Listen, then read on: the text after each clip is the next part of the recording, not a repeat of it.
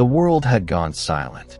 No stars, no wind, only the echo of waves crashing against the ruins of what once was the temple of Nixera. The ocean stretched endless and black, reflecting the twin moons, one crimson, one hollow, hanging like bleeding eyes in the sky. The smell of salt and ash filled the air.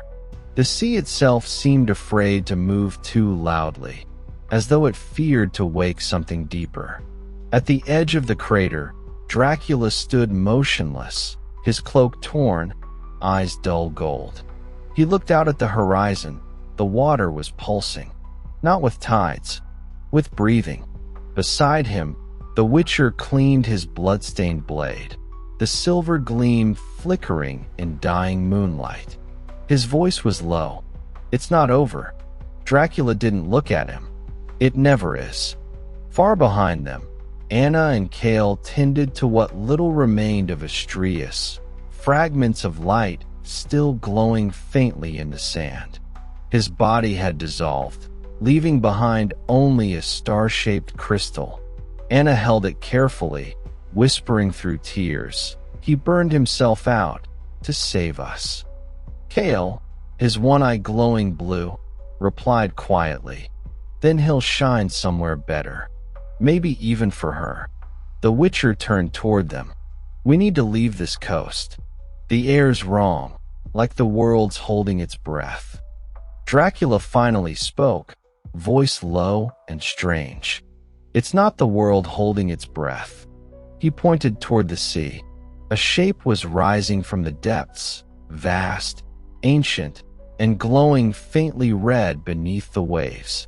The ocean parted in a ring, and from the abyss emerged a colossal ribcage of gold and obsidian, taller than mountains, reaching toward the sky. Lightning danced across its bones.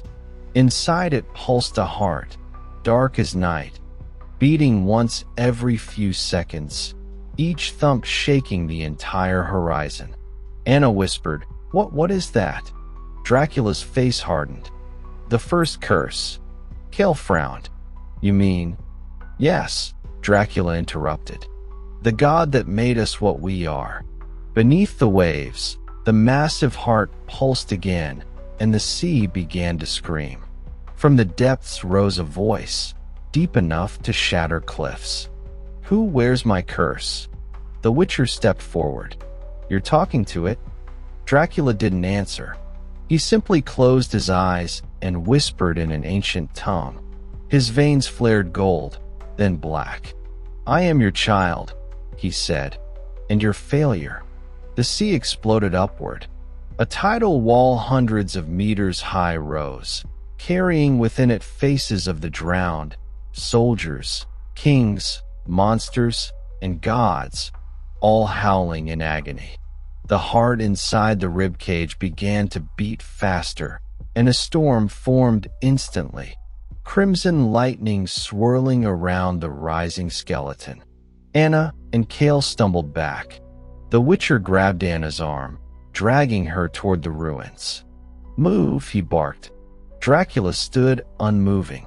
His wings unfolded, stretching wide, catching the hurricane wind. His eyes blazed molten gold as the voice rumbled again. "Dracula, you defied the end." "I redefined it," Dracula hissed. "Now I finish it." The ocean fell silent again, and from within the colossal ribs, something began to grow. Flesh knitting over bone, eyes opening in rows, wings forming of pure shadow. The god was being reborn. Far away, in the mountains beyond the sea, Nixera reappeared, her body flickering, translucent, barely clinging to existence. But her smile remained intact. She gazed toward the storm over the ocean. "So it wakes," she whispered. "Good. Let them meet their maker." Her form dissolved into mist, carried toward the sea. By dawn, the survivors gathered around a dying fire. Anna looked at Dracula across the flames. "You said it was the first curse. What does that mean?" Dracula turned to her, his voice distant. It means everything we are, vampires, witches, wolf spawn, undead, began with one god's dream. A dream that ended in betrayal. Cale glanced toward the horizon. And now that dream's waking up again. The Witcher grunted. Then we better find a way to kill a god. Dracula's faint smile revealed his fangs. We can't kill him. Anna frowned. Then what do we do? Dracula turned his gaze to the glowing heart beneath the sea. We make him remember why he cursed us. The fire flickered. The ground trembled again. The sea exhaled. And the next night began. The ocean had turned black. Not from night, but from the blood of the sky. The red and hollow moons now hung directly above each other, forming a distorted eclipse that bled light into the water. The air tasted of rust and salt, and the clouds twisted into the shape of screaming faces. At the shoreline, Dracula, the Witcher, Anna, and Cale stood before the rising colossus, the skeletal god half emerged from the sea. Every beat of its monstrous heart echoed like thunder. Waves trembled, mountains groaned, and the sky cracked open with fissures of light. The Witcher squinted through the storm. We're looking at something that shouldn't exist. Dracula's eyes burned golden. It didn't exist. It was banished. But Nyxera's spell woke it. Anna clutched the starlit crystal that was once Astrius. Can it be stopped?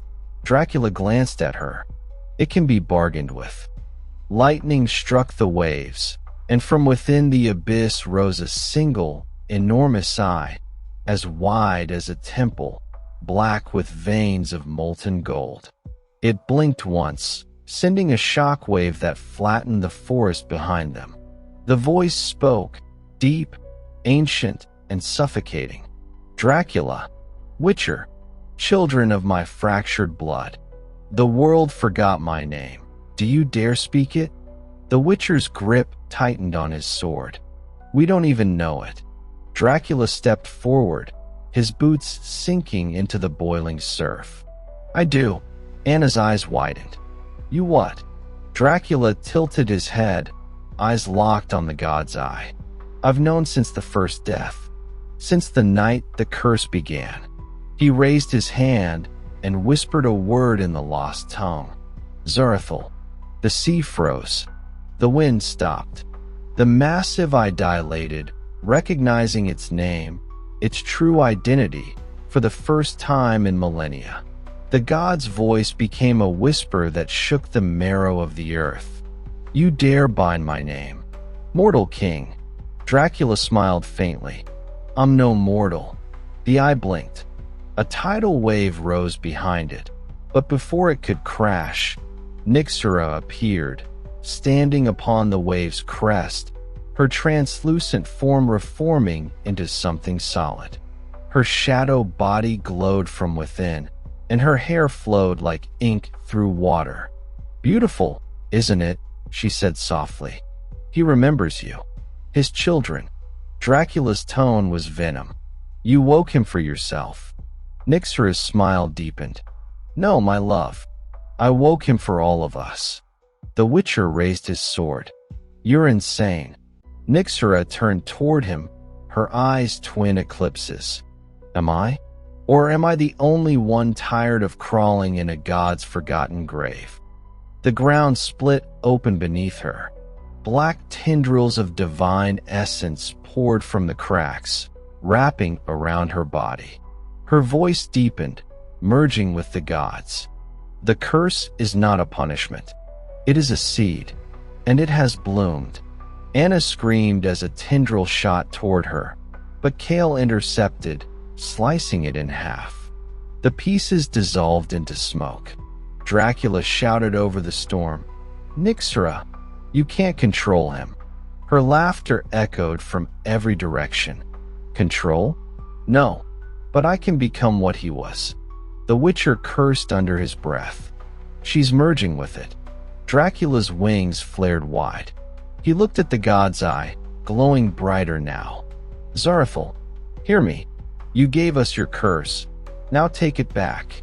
The god's reply came not in words, but in visions. The creation of the first vampire, the fall of the wolf clans, the burning of the witch covens, and a single truth beneath it all. Every creature born of curse was part of its soul. To unmake the curse meant unmaking themselves. The Witcher's voice broke through the chaos. "He's not our god, he is us." Dracula's expression changed. He understood. To save the world, they had to become the curse's vessel, bind Zarathil back into themselves, forever sealing it within mortal blood. He turned to the others. "Anna, Kale, Witcher, if we do this, there's no coming back." Kale chuckled dryly. Wasn't planning on retiring anyway. Anna nodded. "For Astrius. For everyone." The Witcher tightened his grip on his sword. "Do it." Dracula faced the sea, spread his arms, and chanted the forbidden oath. "By blood, by shadow, by the will that defied gods, return to us, your children." The red moon split in two. The god's ribcage collapsed inward, flesh and light imploding into a vortex. The world trembled. The curse howled. Zarathil screamed, and the sea exploded into light. When the light faded, the horizon was calm again. No storm, no god, only the survivors, Dracula, Witcher, Anna, Kale, standing in silence, their eyes faintly glowing. The Witcher sheathed his sword slowly. "What did we just do?" Dracula looked up at the sky. The moons had vanished. Only darkness remained. "We became what we were meant to destroy." Kale sighed. "So, we're the new gods of the abyss." Dracula's tone was grim. "No, we're its prisoners." The silence after the storm was not peace. It was hollow. Every drop of rain that touched the soil hissed like acid, evaporating before it could sink in. The ocean, though calm on the surface, pulsed faintly with red veins deep beneath. The air itself seemed to breathe, slow, rhythmic, like the lungs of a sleeping god. Dracula stood still on the cliffside, drenched in blood water. His reflection in the black tide no longer looked human. His eyes glowed with a faint golden light that flickered like candle flame. Behind him, Anna knelt in the mud, her hands shaking. Kale's voice broke the silence. "Tell me this is over." Dracula didn't answer. He was staring at his own reflection, and it blinked after he did.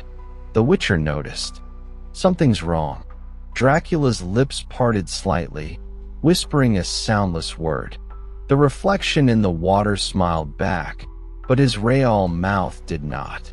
Then the voice came, not aloud, but inside his mind, silken and cold. "You didn't destroy me, beloved." It was Nyxra's voice. Dracula's eyes widened. "No, impossible." Anna looked up. "What did you say?" Dracula's hands gripped his temples, voice trembling. "She's inside." The curse carried her soul. The Witcher took a step forward. "Then she's alive?"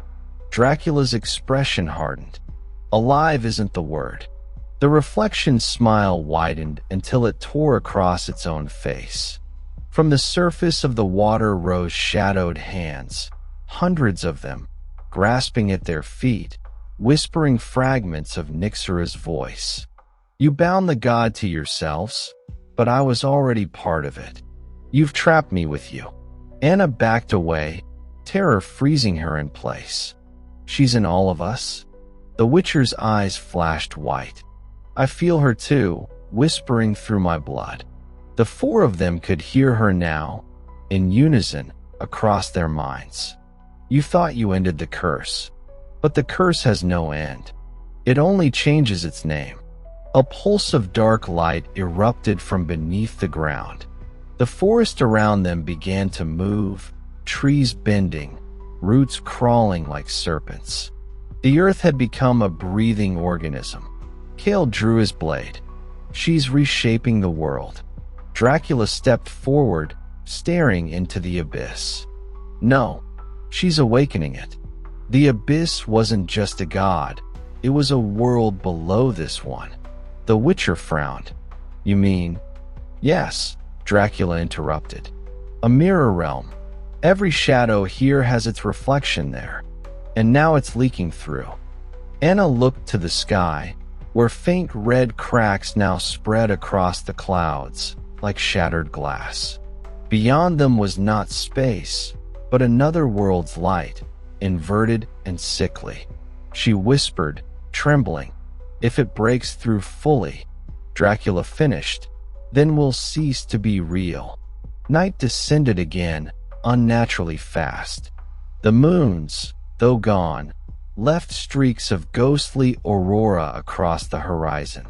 The Witcher knelt and pressed his palm to the ground, closing his eyes. I can feel the heartbeat of the abyss under the crust.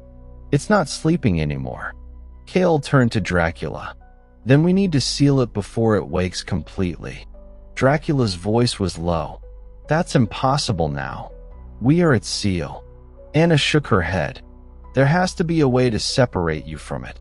Dracula finally turned to her, his eyes glowing faintly red. To separate us would mean tearing apart existence.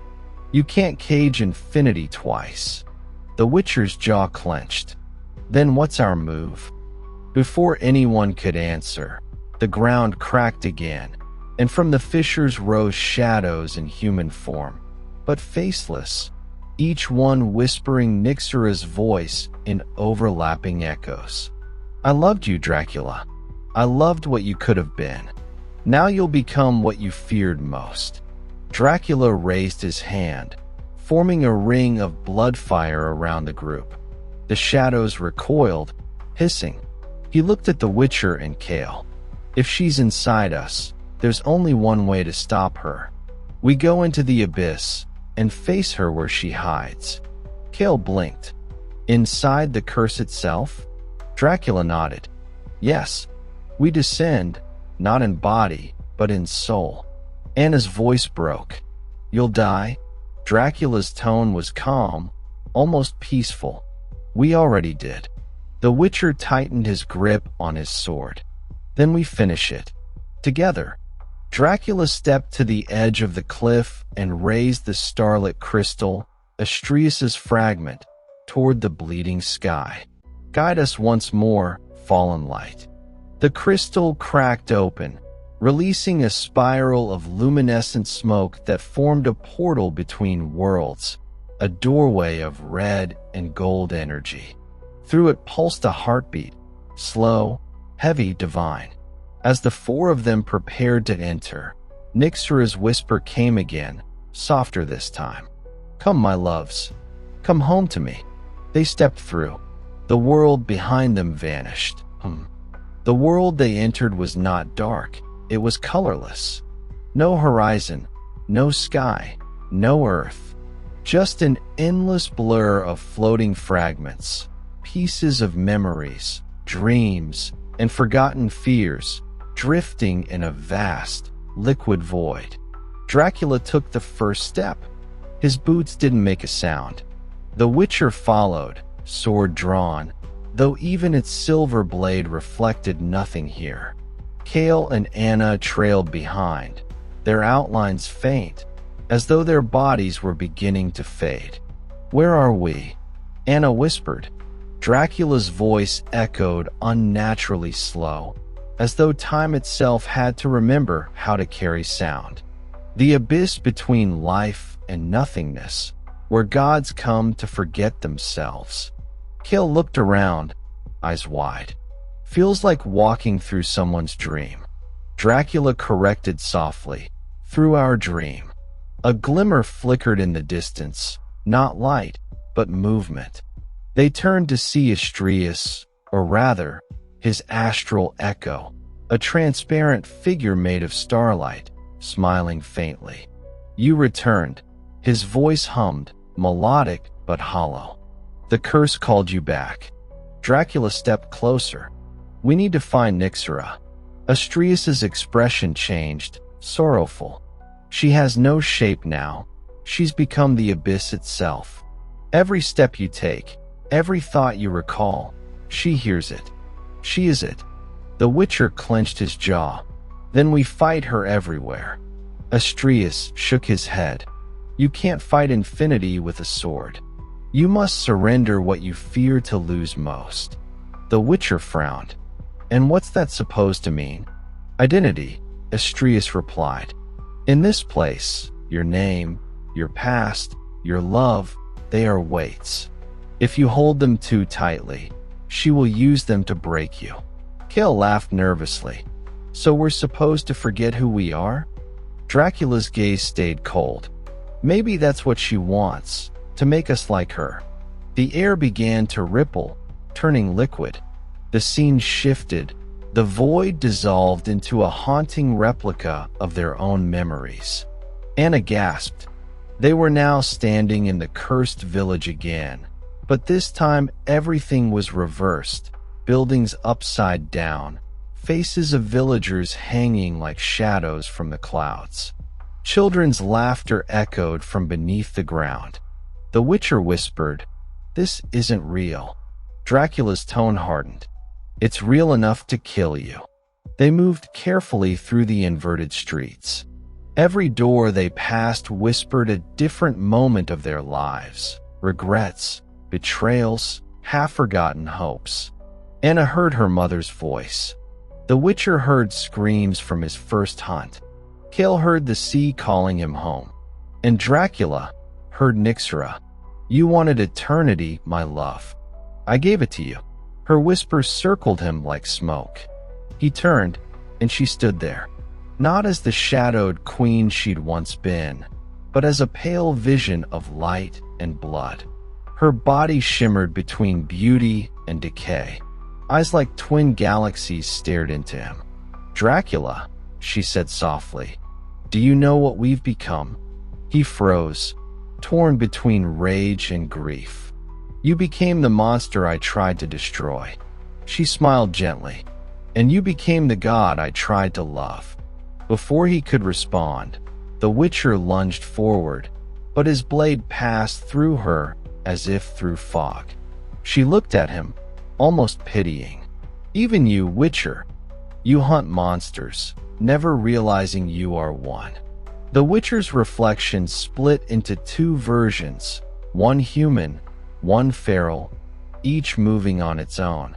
His hands began to tremble as the two selves tried to pull apart. Dracula shouted, "Don't fight it. She's dividing your soul." Anna rushed forward, touching the Witcher's shoulder, and the illusion shattered. They fell back into the void again, gasping, hearts pounding. Astrius's voice echoed once more from the distance.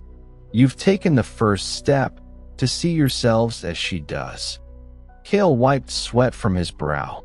"What's next, Star Ghost?" The voice replied, fading. "Next, you descend deeper. To the core, where time bleeds." The ground beneath them, if it could be called that, cracked open like glass. Through it, they saw layers of memories spiraling downward, each one a lifetime, each one ending in the same scream. Dracula stepped to the edge, his face calm. Every eternity begins with one fall. He leapt. One by one, they followed, falling through their own pasts, their own deaths, and into a place where reality forgot its own name. They fell for what felt like years, through whispers, through broken suns, through fragments of forgotten prayers. Then suddenly, stillness. The fall ended with a soundless impact, like hitting soft water that wasn't wet. Dracula opened his eyes. The others were scattered across a black, glass-like floor that stretched infinitely, reflecting nothing. There was no sky above, no ground below, only an endless heartbeat pulsing through the air, slow and thunderous, shaking their bones. Cale groaned, rising to his feet. If this is the bottom, I'd hate to see what's below it. Anna looked around. Where are we? Dracula's voice came, low and distant. The heart of the abyss. The first thought that ever existed. The dream that became creation. The Witcher knelt, touching the surface. Beneath the black glass, faint shapes moved, like souls swimming beneath a frozen ocean. It's alive. Dracula nodded. Every god that died, every creature that dreamed, they're all here. This is where eternity recycles itself. A faint glow appeared in the distance, rhythmic, matching the pulse that surrounded them. It was enormous. A tower of living flesh and light, twisting endlessly upward into nothingness, covered in veins of fire and shadow. As they approached, Anna gasped. The tower wasn't made of stone or bone. It was made of bodies, intertwined, whispering in 1,000 languages, their faces locked in silent screams. And at the center, encased in light like a chrysalis, was Nyxera. She floated within the core, her body a mix of angelic beauty and cosmic rot.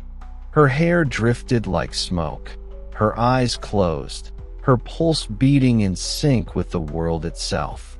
The Witcher whispered, "She's becoming the abyss." Dracula stared at her, motionless. His face was unreadable. She already is. We're inside her mind. Cale unsheathed his cutlass. Then we end her before she wakes. Dracula didn't move. Strike her, and you destroy reality. She's the spine of everything that exists now. Anna turned to him, desperate. Then what can we do? Dracula looked down at his own hands. Faint cracks of red energy glowed under his skin. We merge with it, or we let it consume us. Cale frowned. Merge. Dracula's voice grew heavier, almost ancient. If she becomes all that remains, then I must anchor her. Hold her consciousness long enough for the rest of you to sever the bond from within. Anna's eyes widened. That'll kill you. Dracula gave her a faint, tired smile. I was never meant to survive eternity anyway. Suddenly, the tower's heart began to glow brighter. A ripple of power spread outward, freezing time for a moment. Nyxera's voice filled the air, echoing through every heartbeat. I dreamed of peace, and you made it war. I dreamed of love, and you made it loss. Why am I king? Dracula closed his eyes. Because peace without pain is illusion, and love without death is slavery. Her voice grew softer. Then come to me and die for it. The tower split open like a blooming flower, revealing Nyxera's suspended form. Dracula stepped forward. The Witcher grabbed his arm. Don't. Dracula's gaze didn't waver. It's the only way. He looked at each of them. Anna, trembling. Cale, furious. The Witcher, silent. You've all carried this curse with me. End it if I fail. Then he stepped into the light. The tower reacted instantly, screaming voices, twisting air, and a burst of red gold flame that swallowed Dracula whole. The others were thrown back, crashing across the black floor. Inside the light, Dracula felt himself disintegrate. His flesh turned to memory, his thoughts melting into sound. And yet, he could see her. Nyxera opened her eyes. They were galaxies collapsing. Her voice came from everywhere and nowhere. Welcome home. Dracula reached toward her, his hand dissolving. Let's finish what we started. Outside, the Witcher rose to his knees. The tower began to pulse violently. Anna screamed as lightning of black energy split the air. Cale shouted, "He's merging with her. It's killing the abyss." The Witcher gritted his teeth. Then we do our part. He drove his sword into the ground. The blade glowed white. forming a rune circle. Kale joined, slicing his palm and letting blood drip into the circle. Anna held Astrius's crystal high. It pulsed, responding to Dracula's heartbeat. The ground cracked, revealing a sea of light below, where countless trapped souls were rising. Anna whispered, "It's working." Then the tower screamed, a sound so powerful it shattered their forms into fragments of thought. In that blinding moment, everything ended.